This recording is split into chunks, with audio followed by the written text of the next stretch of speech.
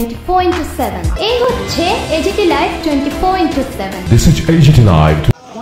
আসন্ন অষ্টাদশ লোকসভা নির্বাচন পূর্ব ত্রিপুরা আসনে ইন্ডিয়া ব্লক কে সমর্থিত সিপিআইএম প্রার্থী রিয়াংয়ের সমর্থনে আজকে আমরা আমবাসা মহকুমা 4.5 মাইলে আমাদের মিছিল এবং সভা হতে যাচ্ছে।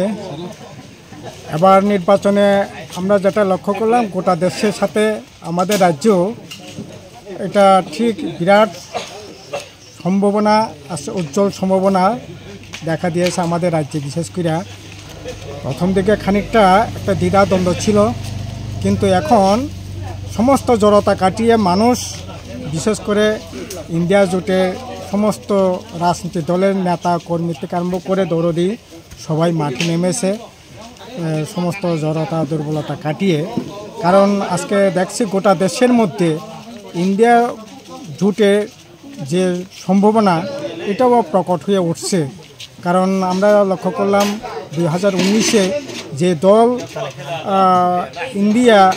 এনডিএ মানে তারা সম্মিলিত শক্তিতে ভোটে দাঁড়িয়েও প্রায় 23 কোটি ভোট ওরা পেয়েছিলেন। এবং ইন্ডিয়া ব্লক এখনকার যারা ইন্ডিয়া ব্লক, তখন তারা সবাই বিচ্ছিন্নভাবে যার করে দাঁড়িয়েছিলেন।